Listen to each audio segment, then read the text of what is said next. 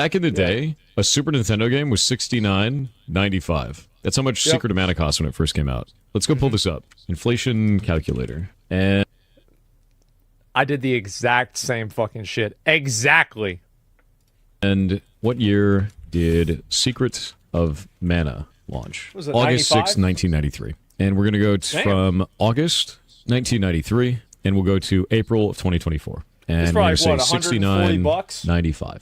If you were to buy that Super Nintendo game today, in today's currency, it'd be $151.47. Here's the funny thing. You go to one of those vintage game stores, and it will be. That would be the cost. Dramatically higher, right? But the reason they were so expensive back then is because of physical distribution. That's the reason. We don't have that anymore. You don't have to make a cartridge. You don't have to put it on a store shelf. You don't have to physically ship it. You don't have to do any of that. We have digital distribution. It costs nothing. I have sold tens of thousands of copies of Heartbound, and it has cost us nothing. So when we're looking at this versus that, it doesn't make sense. We can't even make a comparison there. Steam still takes 30%? No, they... I still think that obviously, like, making a game costs more money. And so, like, if you're paying developers, like, the cost of making a game is not entirely in distribution. It's also in development. It's in, you know, any sort of testing, paying for voice acting, anything like that. All of these things also come into play. Obviously, you don't have physical distribution, but you have a bunch of other things as well. Don't. When I make a Steam key, and that key is for a $10 game, and then I sell that on Humble Bundle, what is the percentage that Steam takes from me? 0%. Steam only takes 30% of the sales you have on the Steam platform.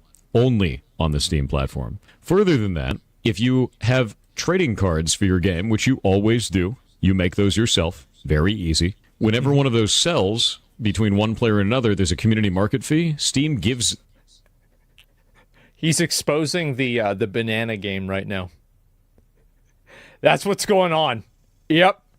You also have 100x more people buying games now, though. If you have 100x more people buying games, then you also have to have more customer service. Now, I actually think that is the strongest argument against increasing the price of games. It's actually not inflation or physical goods. It's the amount of people that are buying them.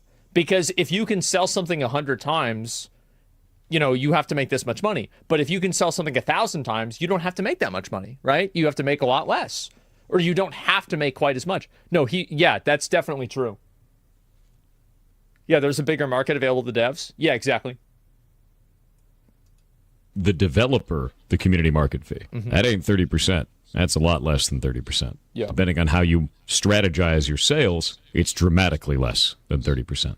And Steam does not charge you for the distribution of your patches or the game itself outside of that 30% cut. Isn't that literally pennies, though? No, no. Very funny. So the way that I look at this right now is this doesn't make sense. We live in a time of digital distribution, and the way that I see sales of games is like this. If it's $1, people see it as shovelware. If it's $3, they see it as an arcade game. $5 is a premium arcade game. $10 is an indie game. $20 is a premium indie game. Anything anywhere from 10 to 20 is a premium indie game. $40 is a day game. $60 is AAA. And anything 70 or above is a scam. That's the... Yeah. So what about $130, though? Where does that fall on the list? No, he definitely right about this, like 100%. Like the $70 games, here's the thing, is that a lot of the development costs that make it to where they have to charge $70 for a game are things that consumers don't see a lot of value in. That's the big problem. So you have these games that are like trying to focus on, you know, making things hyper realistic or, you know, the way their loading screens work or something like that.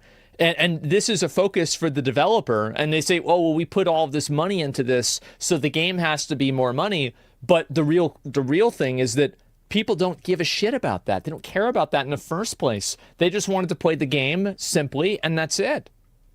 True gaming's indie games. Yes, exactly. Who cares about popular actors as voice actors? Yes, that's not that important. So I think that a lot of the reasoning for why games are getting more expensive, I am of the mind that whenever we are very old, we will look back fondly on the time that games were only $100. Because inflation exists, it affects every single thing inside of the market. Everything in the market is affected by inflation, whether it's video games, fast food, cars, or gasoline. If you look over the course of time, the prices have gone up like this, and it has never gone down other than like a slight blip or something like that. So whenever I see this and I see games just getting more and more expensive, that's what's going to happen no matter what. But the truth is that there is a lot of psychology in pricing. There definitely is. And it's crazy how people see cheap games and they think the games are just bad. General way that people feel about games that I've seen so far. Like, this is the limit. Anything above that, and people hate you. Whether... I don't know if that's true. I actually don't think that's true. I think that's only true in the context of, like, the internet. Because if you look at how well these games sell, I think the games sell extremely well. They're obviously selling extremely well. So how do we know that $70 is actually a bad price point? I don't know. Look at COD, Ubisoft, Diablo 4. Yeah, exactly. Like, they just keep doing it. I would never buy 70 plus games. $70 plus for no microtransactions or pay to win is totally fine in my opinion. I think that there are a lot of games that, like, realistically people would pay more than $70 for. But the truth is that a lot of the ways that these companies create value and add things into the game are just simply not things that gamers care about. That's the biggest issue. They feel it's worth it or not. The problem is this. The ones saying this, unfortunately, don't matter. As awful as that is, because there's multitudes of people that are just buying the games anyway. An insane number. There it is. Number of people that don't take any part in online discourse, don't take any part. These are the kind of guys that during 2021, 2022, they're thinking to themselves, man, whatever happened to BlizzCon? Well, they should do another one of those. I remember back in the day, they used to announce the expansions back then. Whatever happened to that? Shit, that's me. Yeah, exactly. They got no fucking idea because they're a fucking electrician. They're working, I don't know, they're a truck driver. They're not paying attention to this shit. Yeah, where's E3? Yeah, when are they going to do another E3? Got canceled 2 years ago? That's too bad. That's it. So, yeah, most people don't care. Yeah, and that's the reason why these game companies are able to do this is because there's just such a large amount of the audience that's uneducated, right? And not engaged. And also, like, I'm not using this as a pejorative because these are people who just simply don't care. And I don't think they're obligated to care. Part in talking about $70 game, don't take any part in any of this, and just buy the $100+ copies every time. You will find very quickly that the double down versions of games, instead of the $70 version, the $110 version, you'll find that these ones sell more than these ones almost every time. The worst part about this,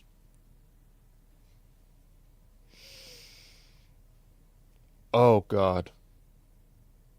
Wait, why? Because people are stupid. That's why. And I will give you one point on the graph that proves what he's saying. I don't know if he's going to use this as an example. It seems like he is not. So here's a great example. They have a trending list and the most popular games list for, I think it's in Japan, or it was some other place. And the Assassin's Creed $120 or $30 edition was selling at a higher point on the power ranking level than the base game. And this happened in like the past 2 months. There it is. The problem, I actually think, is not with the price. I think that if people are unhappy with the price of something, in a lot of cases, the solution actually isn't to reduce the price. It's to change the value proposition. People are unhappy with $70 games because they think they're only going to get 40 hours of entertainment out of them. I think people would be fine paying $70 for a Baldur's Gate 3 or an Elden Ring. I think so. I think they would be. I know some people are going to say no, but I think they're lying. I don't think that's true. I think that many people would be completely okay with it, or more, right? Exactly. And there are many games like this. The problem is not the price, it's the value. And the value for these high-end games does not match what they're asking for. And if it is a $70 game, it'll likely have MTX in it that will end up making it sell more than this every time. The reason that the business model works this way is because people spend money on it. This is normal business for the games industry. Well, it's obvious, right? It's like everybody hates microtransactions, but they keep doing them. I wonder why that is. Why would this keep, how does this keep happening? What a fucking mystery. And I reject the shit out of it. Why do you think our game is $10 and it won't have a sequel and it won't have a prequel and it won't have chapters and it won't have DLC and it won't have microtransactions? That's why it's $10, because I hate this business model. I hate it. I think $70. And I don't want to perpetuate it, even if it would make me more money, because it's not good for the industry. So I can't convince people to stop buying games like this. I can just stop. Well, the problem is that, like, even if everybody on the internet does that, there's just, again, this, like, huge majority of people. Like, and this is what happened. I apologize for doing something like, crossing over into, like, political territory with this. But do you remember when everybody thought on the internet Bernie Sanders was going to just completely clean sweep the Democratic nomination? And then all of the boomers bust over from their church group, came and voted for Biden.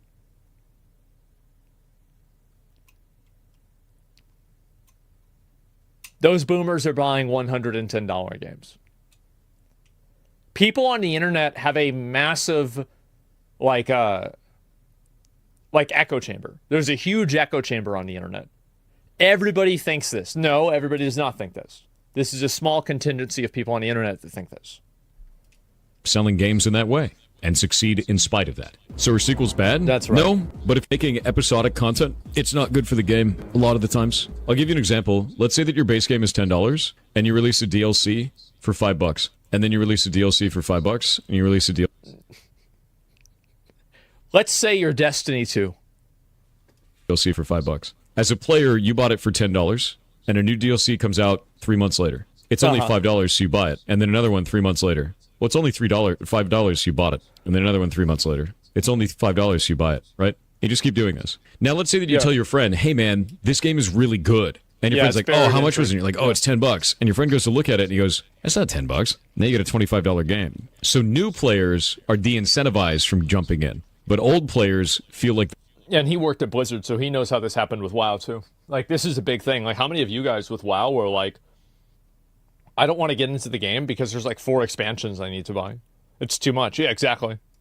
They got good value, and they didn't pay that much, except they're both paying the same amount. It's a marketing strategy that preys on your inability to do math or inability to assign value over time. That's the issue. So, like, not a fan of it. Really not a fan. I don't even think that it's bad. I don't think that there's anything wrong with that strategy fundamentally, because if you create more content for the game, then I think that you're entitled to charge money for it. I just think that it basically increases the barrier to entry for a new person to become a fan of your game over time, which is bad. Just if you look at your game as an ecosystem, it's bad. Like, it just makes your game harder to approach as a new player. Like, I don't even need to get into the ethics for it. I think it's just bad. But they kill the old content? Oh, I don't know about that. I think it depends on the game. There's a lot that do that, though. We're aware of this tactic, but we still buy DLCs to support the great games. Yeah, no, I think it's okay. I think really this is a problem. It's kind of like an own goal that developers can do on themselves, where they make their game unapproachable by adding in so many extra things. Like, I think, I was making the joke about Destiny. I'm going to pull it up real quick and show you guys how bad it is.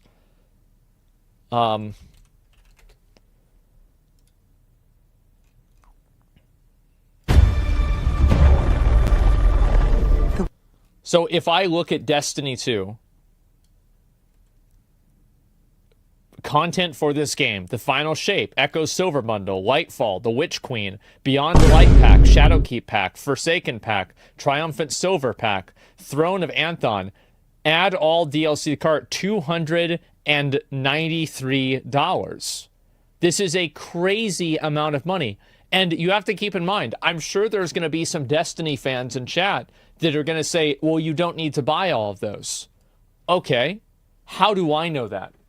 As a new prospective player with no knowledge or information about the topic, how do I know that? Yes, you do? Yeah, I don't know that, right? And so that's one of the big reasons why, like, for example, if Destiny 3 comes out, I'm going to play it. I'm going to play it. I want to play it. But Destiny 2 is just, it's so unapproachable.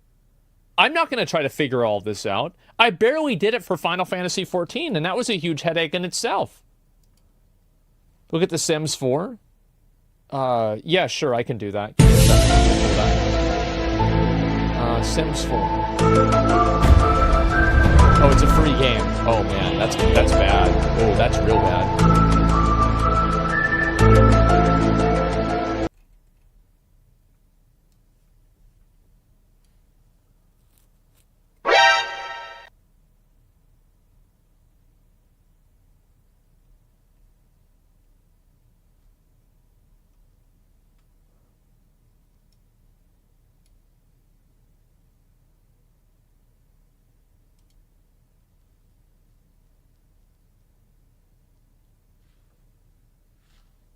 It's a free game? It's only $800. With all the discounts, yes. And so you keep in mind, like, so whenever I see a game like that, I immediately think to myself, well, I don't want to buy this. Like, I don't want to get into this. This is too much. How many of you guys have been like that with a game? It's like the moment that you see, like, okay, it's like, oh my God, now I have to think about this. It's too much. Yeah. Of it. If I'm going to release new content for Heartbound, I'm just going to patch it into the game, like I always have. No reason not to. What are your thoughts on expansions then for games? I only like expansions for live service games a lot of the times. And one developer that did that was Capcom. Capcom patched a ton of new stuff into Monster Hunter Iceborne after the fact with no extra cost. They do have the game monetized in a few silly ways, but overall it's not pay to win or anything like that. So there are developers that do this. And Elden Ring did it as well with the Colosseum update.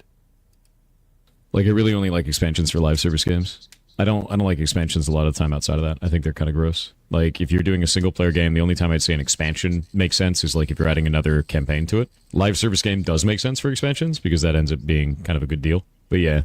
I think that expansions are okay. I think the problem is when... I think that, again, it all goes back to the value proposition. Like, if the value proposition is bad and people don't like what they're getting out of the game, then they're going to be pissed. I don't think anybody was complaining about the DLC for Elden Ring or Witcher 3, but they would complain about DLC that's like super bare bones. So yeah, it's all about the value that people see in it. It's pretty rare that single player games get expansions that make sense. It's pretty rare. What about the infamous Oblivion Horse Armored DLC? I think it's ass. Like, obviously. Not a fan of that. Risk of Rain? Risk of Rain wasn't an expansion. That was a totally new game. Risk of Rain to Risk of Rain 2 is a completely different video game. That's fine. What about Vampire Survivors? I actually don't like Vampire Survivors. I didn't like the fact that they went from a $3 game and then sold millions of copies and then made it $5. Like, why? Why did they do that? There's no reason for that shit. Makes no sense. Bro gets mad from $2 game to $5 game? Yeah. Do you know why? Because there's no reason for that. If you have a $3 game and it sells millions of copies, and then you change that price to $5, you have a small team that has more money than they'll ever need, and you've changed the price to $5 after it becomes popular. If I took my game that was $10 and I made it $12 after it became popular, would you feel good about that? You'd hate it, just like I do. It's like, because there's no reason for it. The only time that I think that it's okay for people to make money and try to do that. It's fine if they want to do that, as long as the game provides a good value.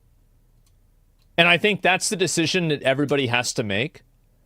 And it's the same as, like, also, if you're making a $3 game or a $5 game, I don't really think it's like that big of a deal. And if the price of something goes up slightly, I think that's reasonable, especially for the for inflation, for sure. Yeah, it's not a big deal. But if you're selling the same game for that much time and you're adding new content into it, I don't know. That's okay. Yeah, exactly. Not for fast food. Oh, yeah, sometimes. You ever have to change prices is when there's dramatic shifts in the valuation of individual currencies. Currency exchange rates is the only time we have to raise prices because sometimes currency exchange rates go crazy, which is exactly what happened with Argentina, right? Like, that sucks. There's nothing we can do about it at that point. It's crazy how many gold farmers now are from South America. I saw that in Wrath of the Lich King Classic. There's actually even maybe it was Burning Crusade. You've forgotten what it's like to be poor? I think that if you can't afford a $3 or a $5 game, and that's a big problem for you, that's the least problem in your life. Realistically. Like, if you're actually getting mad about the price difference to that, like, let's be honest here, okay?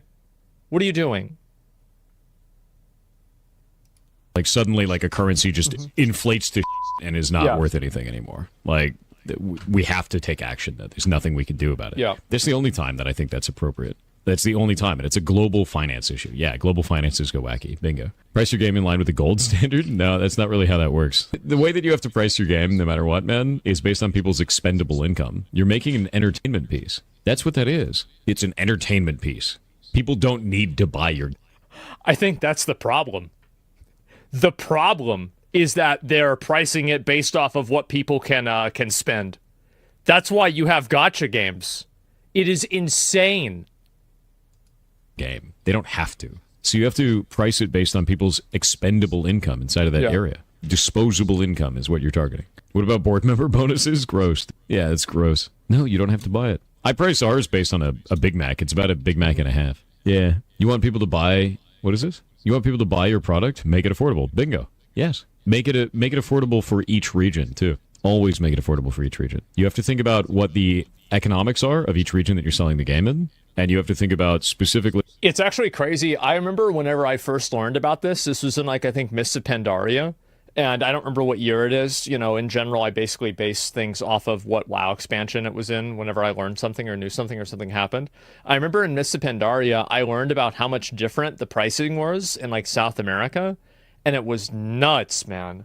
Holy fucking shit. It was over, like, it's like $100 at that point just to buy WoW comparatively. It was insane. Kind of hate that prices are so different. Yeah, and that's whenever I think that it might not have been then, but that's whenever I became aware that Blizzard changed their prices massively in those other places. How much disposable income people in that region have? Yeah, regional pricing. Always regional pricing.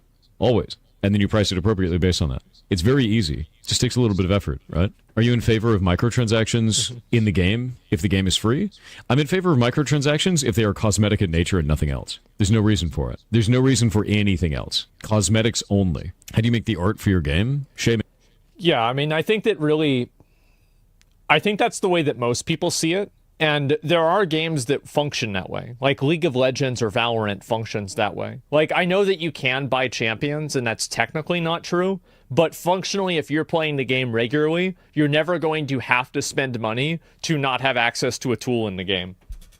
So, yeah, I mean, cosmetics and, like, microtransactions for free-to-play games, like you can't have a free-to-play game if you don't have that, right? Unless you're making people watch ads.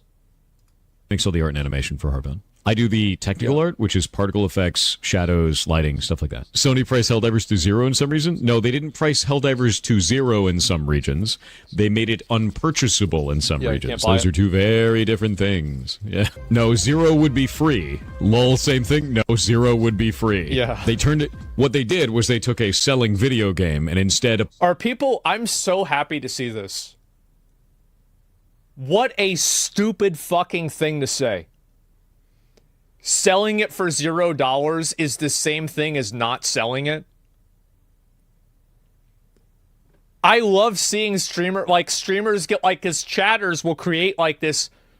It's like the dumbest dichotomy that you can ever like. It's like you can't even imagine that somebody could believe this.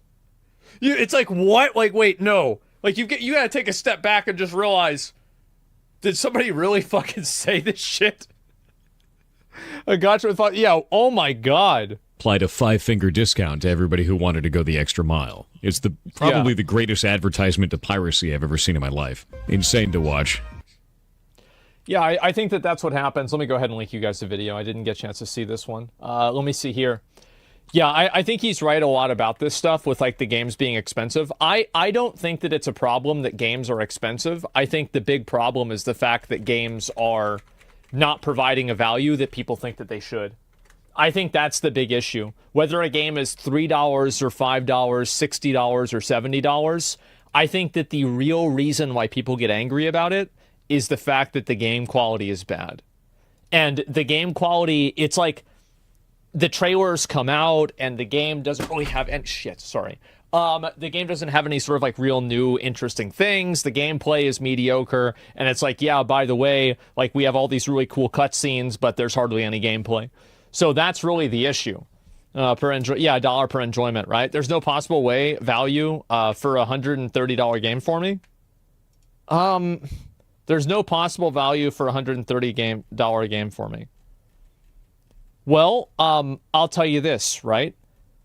A lot of people that watch me have probably played WoW, right? Because I played WoW. I bet a lot of people that say that have spent over $130 collectively playing WoW.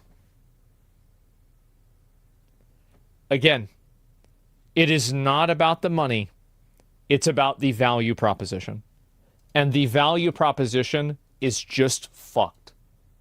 That's all there is to it. My lifetime spend, easy over. Yeah, exactly. Of course I was. Yeah, one Valorant skin. Yeah, if it's all digital content like physical collectors, that's probably worth it. Yeah, of course. WoW's an infinite money sink if you want it to be. Yeah, it is.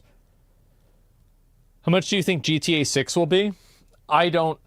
I think that if they price it at $100... The worst thing about Grand Theft Auto 6 being priced at $100, theoretically, will be that other companies start trying to do the same thing. Because I think that if they price it at $100, a lot of people will still buy it. Like, a massive amount of people will still buy it. But it's like, once they do that, and they, there's like a phrase to say, break the ice, then you're going to see everybody else doing the same thing. Bethesda for sure with the next Elder Scrolls? I don't think so. I mean, I really don't. And after like Starfield and like all the drama with Fallout and everything, I highly doubt they're going to go for a play like that. But who knows? Yeah, open to floodgates, exactly. What if they do a subscription to play GTA 6? Well, I mean, we'll see what happens. But either way, I think that something being overpriced... You'd hate it. Like, I think especially, this is like an especially big thing with regional pricing, that you just can't take this into consideration. But I'm talking about like in Western first world countries. The main reason why people don't want to spend money on these games and buy these expensive games is because the value is not there. And also, that's only the people on the internet. Because if you look at the top selling charts in a lot of these games, it seems like these games are selling extremely well. Even the $110 versions are selling more than the $70 ones. How the fuck does this happen? I don't even know.